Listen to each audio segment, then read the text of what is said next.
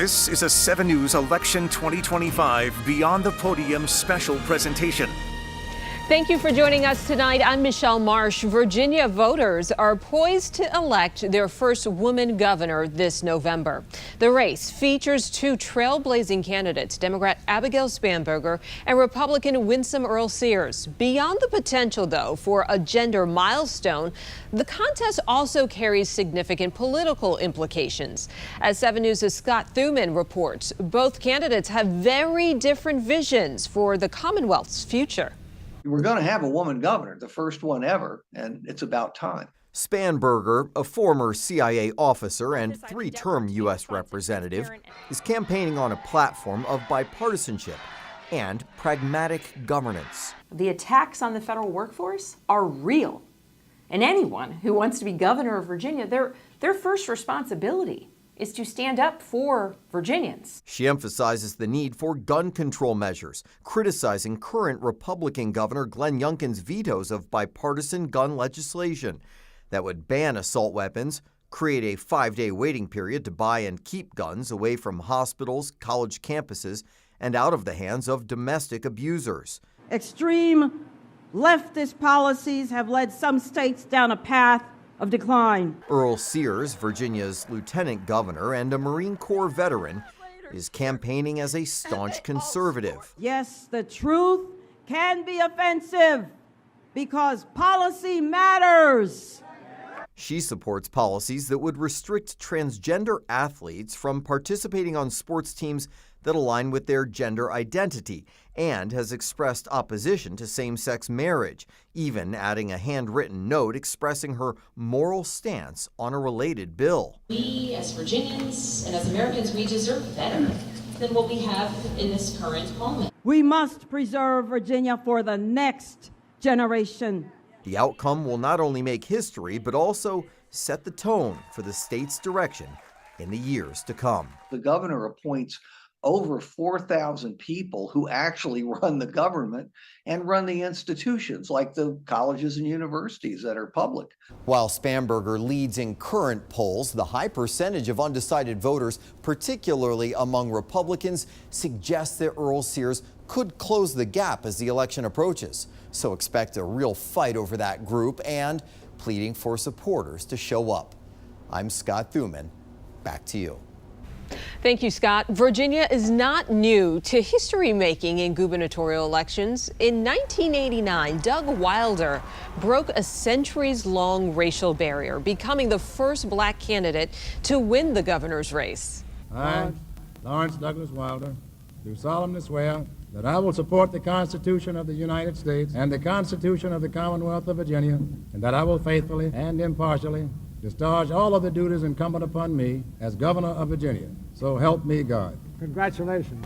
Thank you, sir. And with that, then Lieutenant Governor Wilder was sworn in as Virginia's first black governor, which was also a first for the nation. Today, the former governor is a distinguished professor at Virginia Commonwealth University, lecturing at the School of Government and Politics, named in his honor.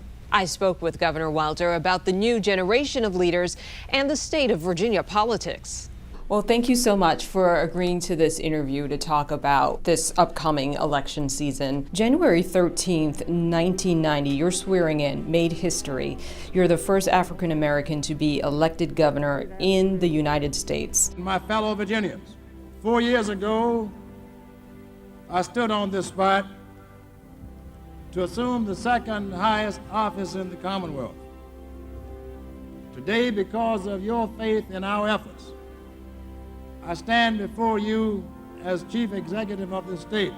Virginia is guaranteed to make history again with its first female governor. What does that history mean to you? Well, the history means that either you do what is needed to change history or you're doomed to repeat it. And in my instance, I've always thought about knowing the history, knowing from whence we come, knowing where we are. How did we get here? How was I able to stand there and take the oath of lieutenant governor and then governor? Some people had to do some things for me to get here. I didn't get here by myself. And what can I do to make certain that those opportunities pertain and exist for other people so to do. And I would like to think being first is one thing, but that's no good until there's a second. So do you some way take credit for the diversity we see in the field today? No, I don't. What I take credit for is trying to educate people, trying to be a part of the educating process, trying to participate, but more importantly, to listen to people and to hear what they've got on their mind. I think the politicians make a big mistake by not listening to the people. What do you want to see the candidates discuss more when it comes to the race for governor and the lieutenant governor race? To the issues that the people feel are most important to them. Sure, it's nice to know what's going on and comforting to know how we can have a better relationship in NATO and to have Ukraine and Russia in their war. But let's take care of business at home first before we do any of that. Let's quit the waste of money. And there we go in terms of money. We waste more money than any political group in terms of how we spend it in America. Literal waste. When I became governor, I found out that we were wasting money here. We had 2 student loan offices within 6 blocks of each other. So the priorities are going to be money, and that will never change. How it's spent, where it's spent, and who determines how it's spent. What is the #1 public policy challenge facing Virginians, or facing Virginia, I should say, that you would like to see addressed? The economy, and which includes education, but real efforts to improve the economy. Let's focus on that because Sure. Virginia is disproportionately impacted with the number of government workers Yes. who are based here. Yes. Do you feel as though that is being discussed enough, and what direction would you like to see that discussion go in? I think it could have a more meaningful discussion in terms of pinpointing what you want to do, what do you want to improve. When I was lieutenant governor, I chaired a commission that was called Commission for People Who Were Getting Out of the Military, officers who were retiring, but putting that experience to use. Someone who's retiring from office, who's been a colonel, who's been a general even. What I'd like to see more of an opportunity for people to get a second chance at education, those that have dropped out. Everyone doesn't have to go to college to be productive in terms of citizenship, but what are you doing in between that level? Still ahead, former Governor Doug Wilder weighs in on whether abortion could be a deciding issue in this year's gubernatorial race. It ain't no man's business, no way, is it? Wow, look how prejudiced I was to guess this man felt one way just by looking at it. Plus, Governor Wilder raises concerns over the money pouring in this election and provides the terms for his endorsement. Stay with us.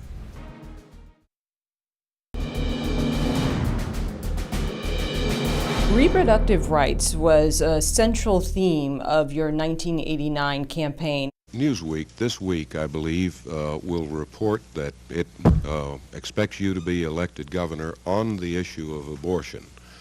Do you believe that's true, and how do you feel about a campaign turning on that one particular subject? Well, I'd hope to be elected, period. I think that's true. And I should hope that Newsweek is prophetic to the extent that they know something that's going on. I would say to you that there are any number of issues that are taking place in Virginia relative to why people are going to be voting for me, because I just alluded to one. We want to move Virginia forward. We've not sat on our hands in terms of education. We've fully funded the standards of quality in education. When my opponent was Attorney General, that was about 75% so. We've moved the quality of life. We've created more jobs. We've created more business opportunities. The abortion issue is symptomatic, because that says it's another instance of turning Virginia back, turning the state back, turning the country back. My body, my choice! This will be the first gubernatorial election in Virginia since Roe versus Wade was overturned. How significant will reproductive rights in your eyes be for this campaign? I think it'll be very significant, but I think it has to be the way it's portrayed and the way that it's spoken of. For instance, to say I'm against Roe v. Wade. Okay, why? Because it's, I don't believe in abortion, all right? Do you believe in a person's right to choose their own lifestyle and livelihood? Yeah, oh yes, I do that. When I ran for lieutenant governor, I was going all over the state, meeting people, and I was advised by guys in the Senate that I'd served with. They said, Doug, if we go into these stores, particularly in the rural areas, you can't shake one hand and leave, or two hands. You have to shake everybody's hand that's there. So I said, okay, we got that covered. So I went to this place, passing out grip cards, and I was just about ready to leave. And they came and told me, said, you haven't shaken a hand with this man over here on the other side. I said, well, I got to make certain I do. And I went over and shook his hand and said, sir, he was dressed in a bandana around his neck, tobacco creases in his jaw, big straw hat on, and dungarees on. He said, I thought you were going to pass me by. I said, oh, no, sir, I'm here to shake and speak to everyone. He said, I have something I want to ask you. I said, well, yes, what's it? Well, I ask you about this abortion, miss. I said, oh, my goodness, I could have been out of here. I didn't have to stop. So I went on with my practice Jeffersonian spiel. You know, government has no right to intervene. It ain't no man's business, no way, is it? Wow, look how prejudiced I was to guess this man felt one way just by looking at him and the way he dressed. And so I found that to be the case in my campaign for lieutenant governor.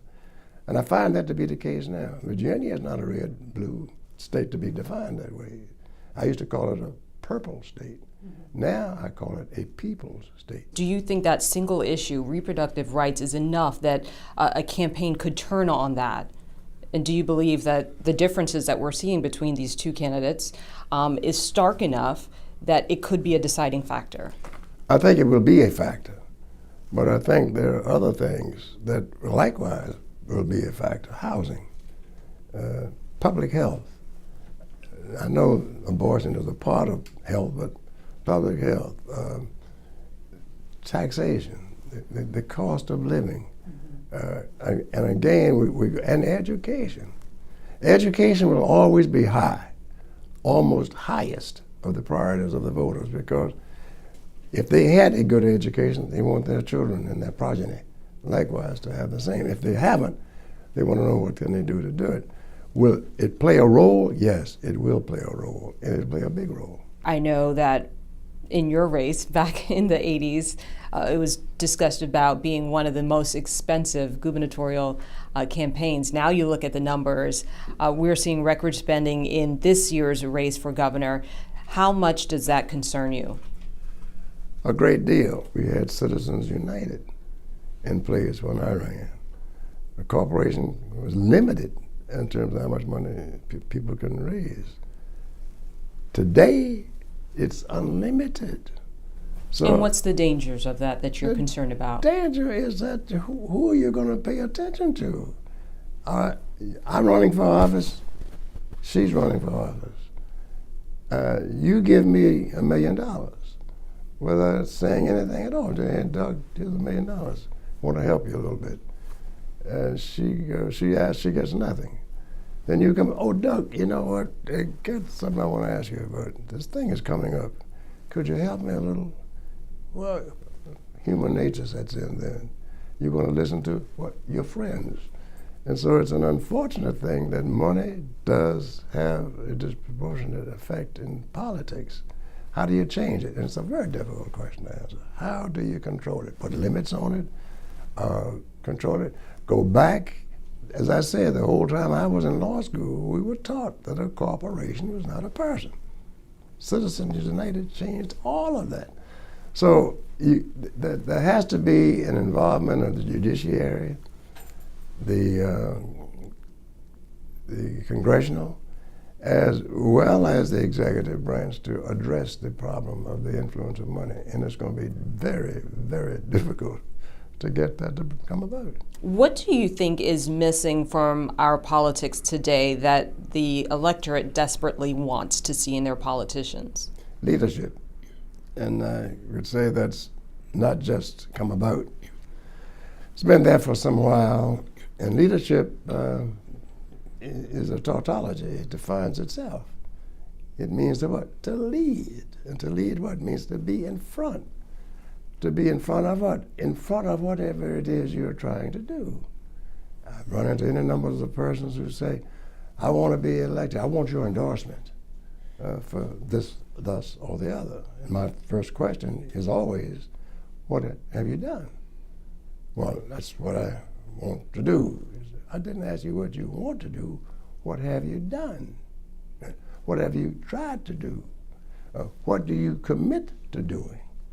And invariably, I find that the answers are usually vague, uncertain. For instance, right now we got some of the candidates are saying one of them particularly said that they were, in terms of education, they believed in strong schools. So tell me what a strong school is. What is a weak school? Education lifted my father out of poverty when he came to America just 17 days before Dr. King gave his I Have a Dream speech. He only came from Jamaica with $1.75 in his pocket. And what lifted him out of poverty will lift all Virginians, will lift America out of poverty. That would be parents making the decision whether they send their children to public school, private school, homeschool, whatever it is, a hybrid. That's exactly that. Being back here tonight at my old high school reminds me I was lucky to have educators who cared deeply about the future of their students. And now I want to make sure that every student, every family, every community in Virginia has those same opportunities, not because of luck, but because of good governance. Okay, what does that mean? How do you go about implementing it? What have you tried to do? What do you want to do? In Virginia is so pivotal. We're right next to the nation's capital. We've got so many military installations here, great institutions as it relates to education, but we got problems. We got a governor who's all against DEI and doesn't want any things relating to that. Yet we've got a man who's president of VMI who's being fired for nothing. And his record is impeccable. But he's being fired and let go for nothing. The governor here had his man to go up and declare DEI is dead. Well, why do you want? And I've talked to the governor, and I've told him, I said, you need to understand what's going on and why people are speaking about DEI. And then he said to me that it was a wake-up call. Next time I talked to him, I said, are you woke by now? And so it's not there. So when you have a leadership of divide, that's never good. Still ahead, former Governor Wilder makes his predictions in this race, plus how Republican infighting may play a role in the outcome of the race. You can't say that something is terrible today and tomorrow, well, it's all right. Well, make up your mind. We're back in 60 seconds.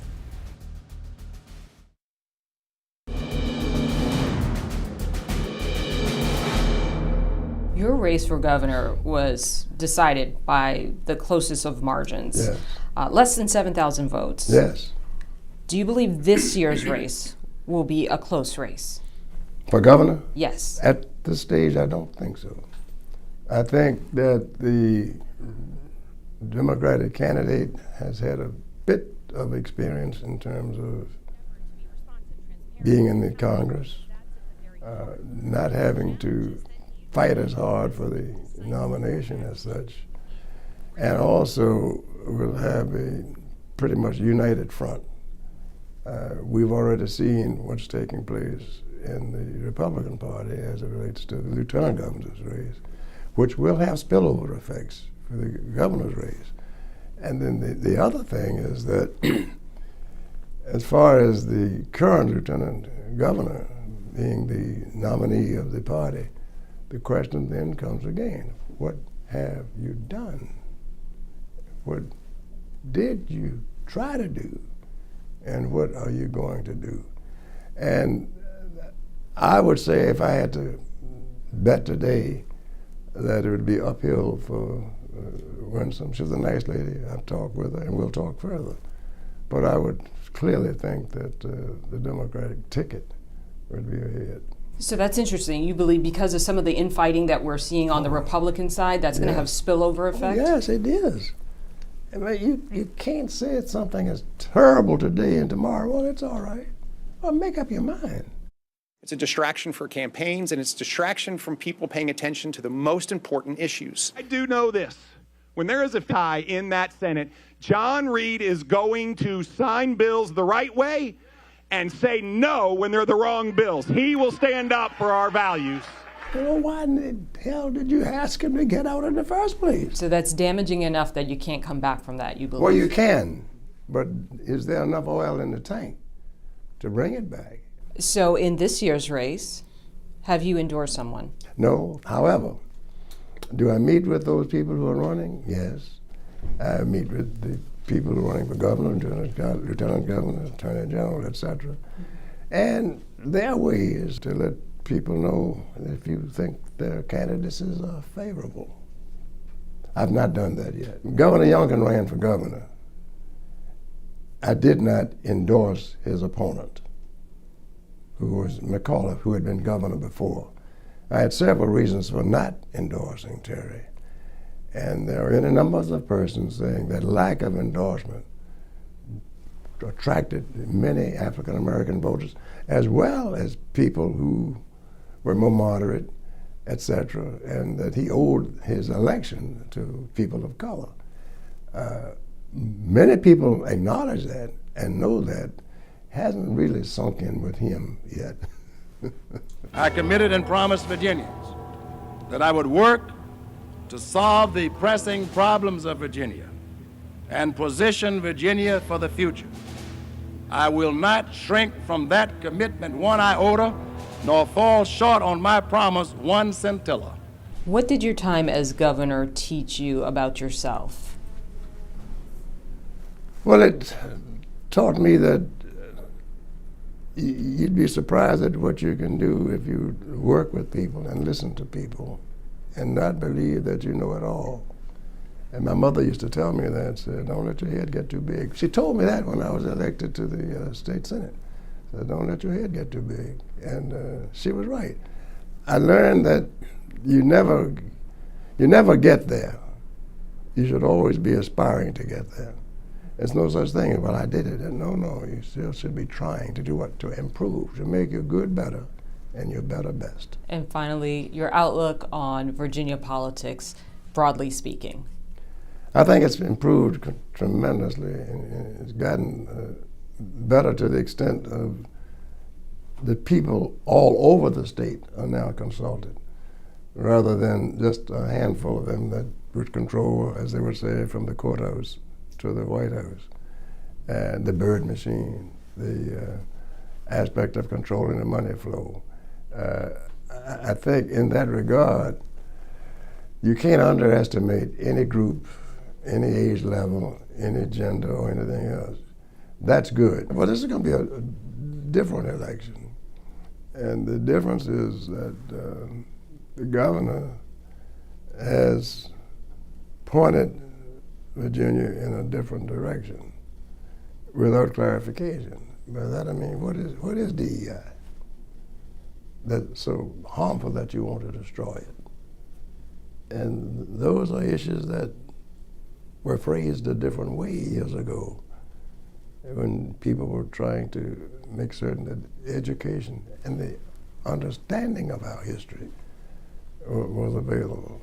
And I think that this election will set some of that to test. So a referendum on some of those policies? Yes, it could very well be, if it's handled as I would have handled it if I were running. That there are going to be issues you're going to have to tell me. Or do you share the governor's view on DEI? I would be asking that question. And let that person say, well, yes or no. Do you? Well, I have my own. What is yours? And see, sure, this election is going to be very, very enlightening as it relates to the history of denial and what inclusion really means. You can make it as simple as possible. What has been our history? Where are we now? And where do we want to go? Okay, we'll end it with that. Thank you so much, Why Governor. not? Thank you very much. Those of us who have the opportunity to influence the electorate must once again look deep into the recesses of our fortitude to both the good and the difficult answers that only truth can tell. We must seek the solutions, not the headlines, as we are in the fortunate and God-given opportunities to serve our neighbors. This is the moment to rise with the courage of conviction and to serve the country, the citizens of these United States, with the honor and the fortitude that our forefathers granted us. I want my legacy to be that I expanded the economic and political rights of all men and women. Having been governor of this state provides me with the luxury of political zenith, that our Commonwealth will continue to prosper and grow, and that we be guided by His grace and held in His hand forever. May God bless you, the Commonwealth, and may God bless America.